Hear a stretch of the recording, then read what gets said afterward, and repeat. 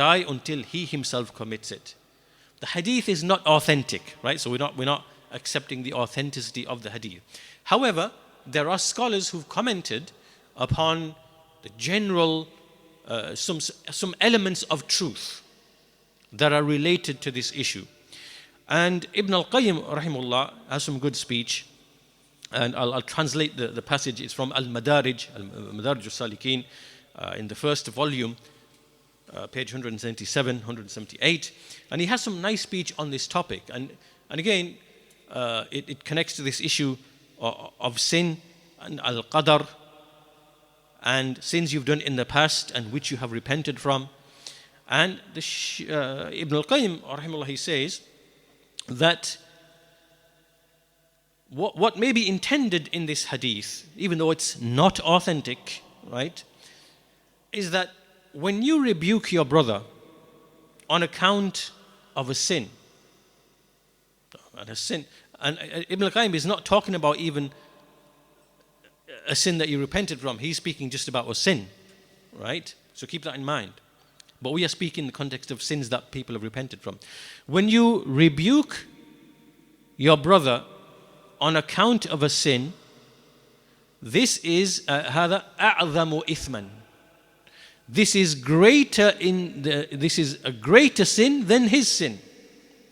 And it is a greater disobedience, because what this comprises of, somehow you are trying to somehow kind of indirectly point out your own obedience, give tazkiyah to your own self, to be grateful, like to somehow, raise yourself and to try and make it look as if you are free of any type of sin. There's nothing you can be criticized for now or in your past for any sin. Like you're trying to raise yourself, and that your brother, somehow you're trying to throw that sin upon him. Just like someone says, you are a kafir, right? Whoever accuses his brother of being a kafir, it will fall upon one of them, right? And so, and Ibn al-Qayyim says that maybe the fact that if he committed that sin,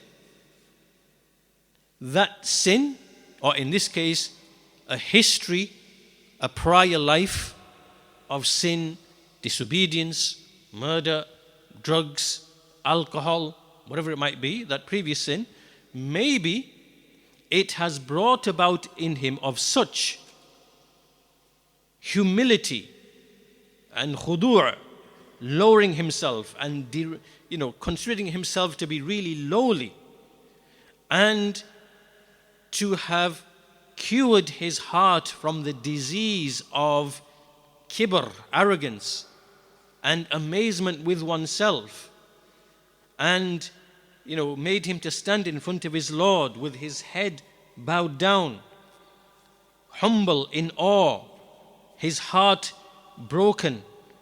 Maybe this is more beneficial for him than you being somehow, trying to portray as if your obedience and your, as if somehow you are better. Do you understand? Right? A person might have a big, long history, just like this man of the 99 men who killed 99 men, right? That made him to inherit such remorse, repentance, fear of Allah, humility, considering oneself to be lowly and lowly in the sight of Allah, which actually cures the kibr from his heart, right? The fact that he has all of this sin. And then he says,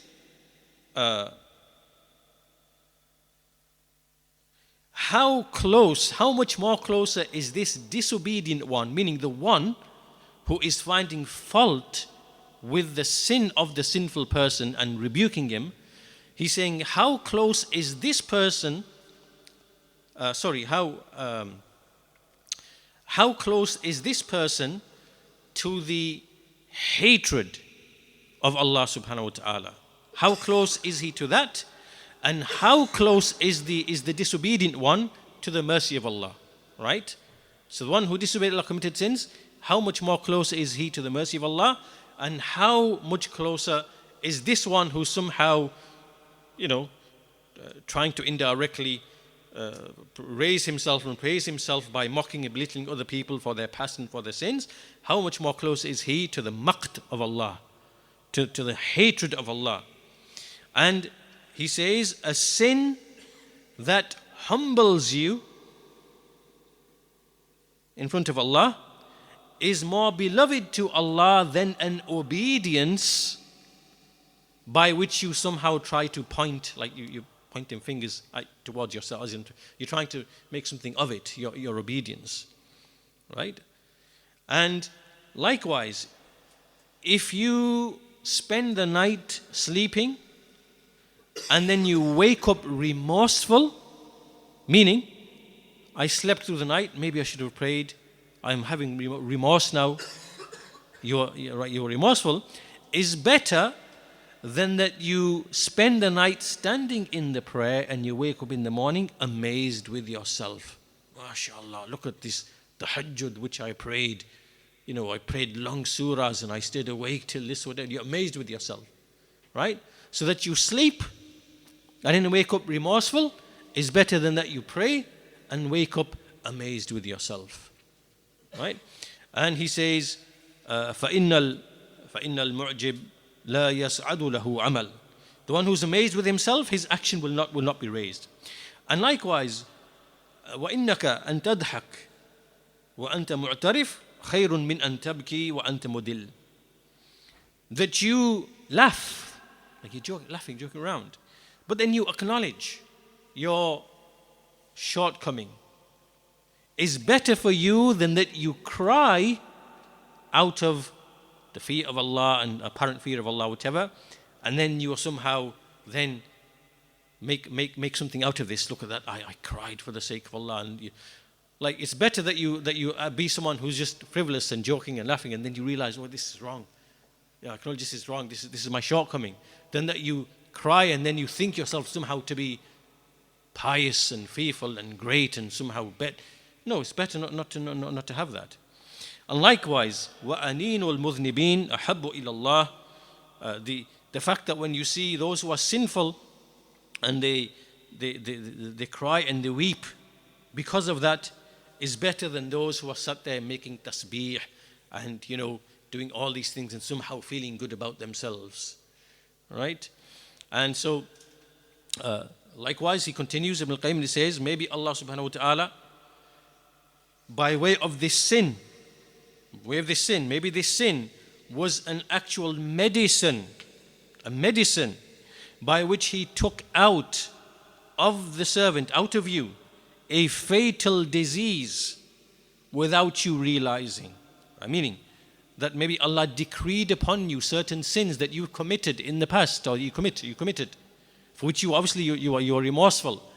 And that sin that you committed was actually a medicine that treated you from a disease that you had in you that otherwise would have destroyed you had you not committed those sins and become humble and turned back to Allah and looked at yourself with an eye of derision and belittlement, so you know what your true status is. So then you become a humble servant of Allah subhanahu wa ta'ala, right? And so maybe this is the case and you don't even realize this. And he says, indeed, Allah فَلِلَّهِ فِي أَهْلِ طَاعَتِهِ وَمَعْصِيَتِهِ أَسْرَارٌ لَا يَعْلَمُهَا إِلَّا هُ. Indeed, Allah has in respect to His servants certain secrets in respect to how He deals with His servants, which no one knows except Him. And no one can glean upon except the people of basair, the people of insight. So they know from these things, what they derive and they gain knowledge from these things and what is behind these things. And then he goes on, he says, indeed, the Prophet sallallahu alaihi wasallam, he said, look also at the mercy, look at the wisdom in the Sharia of Allah subhanahu wa ta'ala, which is built upon this thing. He says, indeed, he brings the hadith, when the slave girl of one of you commits zina, So when anyone commits zina, then فَلْيَقُمْ عَلِيهَا الْحَدِّ, then let the prescribed punishment be established upon her. وَلَا يُثَرَّبَ, but then she should not be rebuked or blamed, right? So meaning, as you are giving out the prescribed punishment, you give it neutrally. There should be nothing like, you filthy this, you this. No, it should just be given, and there's no rebuke or no anything. There's nothing like that at all, right? Because remember, this is actual tawbah for the person, right? And so here there's no tathrib. Just like Yusuf alayhi salam, he said to his brothers, La tathriba alaykum al-yawm. Right? There's no rebuke or blame or something upon you on this day. Why? Because فَإِنَّ الْمِيزَانَ بِيَدِ اللَّهِ, indeed the scales of justice, they are in the hand of Allah. وَالْحُكُمْ لِلَّهِ, the judgment is to Allah. And even the instrument by which the prescribed punishment is given out, whatever that might be, right? So for example, the thing that is in the hand of the ruler who whips the alcoholic, or the fornicator who is lashed, whatever it might be, or the one who slanders, whatever, that instrument, that actually, although it's in your hand and you're the one dishing it out, ultimately, as the Sheikhs, as Ibn al-Qayyim says, بِيَدِ مُقَلِّبْ الْقُلُوبِ, right? It is ultimately in the hand of the turner of the hearts. And so the intent here is simply to establish the hadd. That's all we do. We establish the hadd. There's no ta'yir, there's no tathrib, meaning there's no rebuke or blame or anything like that. And because as he says, no one can escape the turns of al-qadr except the people who are ignorant of Allah, right? Meaning that this thing that happened to this sinful person who's now being punished, right? These are from the affairs of al-qadr that happen. They happen to people. No one can escape the likes of these affairs. A person can fall into this very, very easily. And so therefore, to rebuke and to blame, this is not for us to do until not even at the moment that we are meting out the prescribed punishments for someone who falls into a major sin. And Ibn